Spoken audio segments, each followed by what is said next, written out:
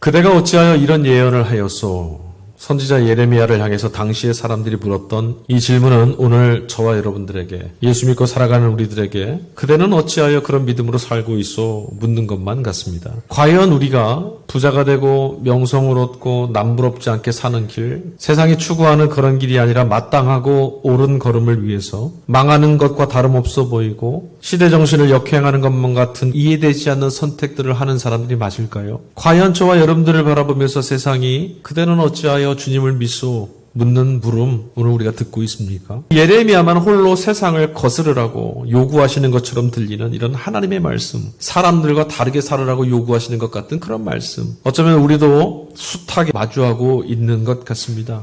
그래서 왜 나만, 왜 너만이냐고 하는 이런 말씀들이 여간 불편합니다. 그런데 이런 불편한 이야기가 이 독서인 서신서 말씀에도 등장합니다. 돈을 사랑하는 것이 일만하게 뿌리입니다. 사도 바울의 말입니다. 하지만 우리는 알고 있습니다. 우리가 살고 있는 이 세상이 돈을 사랑하는 방식, 다시 말하면 돈을 귀하게 여기는 방식으로 작동되고 있다는 건 말입니다. 아무리 아니라고 해도 현실에서는 돈을 많이 벌어야 살만합니다. 돈은 단순히 교환의 수단을 넘어서서 삶과 인생을 안정감 있고 평안하고 복되게 살 수 있도록 보장해주는 상징이 되어버렸습니다. 더 많이 벌어야 내 가족도 지킬 수 있고, 더 많이 모아야 미래를 준비할 수 있고, 남들보다 더 가지고 있어야 행복한 사람이 된다고 생각합니다. 물론 이런 생각 자체가 잘못된 건 없습니다. 우리는 이런 세상을 살고 있으니까요. 문제가 있다면 이런 것들의 마음을 자꾸만 쏟다 보면 어느새 나의 삶의 목적과 생명의 근거처럼 여기게 되는, 오늘 말씀대로라면 돈을 사랑하는 사람이 되고 만다라는 겁니다.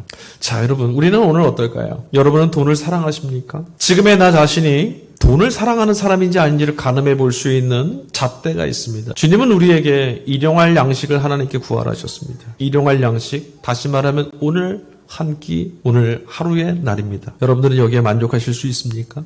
내 곁에 있는 사람들은 집을 사고 밭을 사고 집값이 오르고 부자가 되고 형통하고 살만하다고 말하는데, 그저 오늘 하루를 살아냈습니다. 이것에 나는 기뻐하고 비교에 내몰리지 않고 억울하지 않고 속상하지 않고 실패한 것 같지 않을 수 있는지 묻는 겁니다. 스스로 답해 보십시오. 우리는 더 많이 갖지 못해서 망하는 게 아닙니다. 일용할 양식, 하나님이 주시는 일용할 양식에 만족하는 법을 배우지 못해서 자꾸만 삶이 비루해지고 불행해지고 마는 겁니다. 그런데 지금의 우리는 이런 사실조차도 깨닫지 못할 만큼 돈을 사랑하는 일에 빠져 있습니다. 일용할 양식은 무엇입니까? 하나님께로부터 오는 겁니다. 하나님께로부터 오는 것은 나쁜 것, 귀하고 천한 게 없습니다. 맑은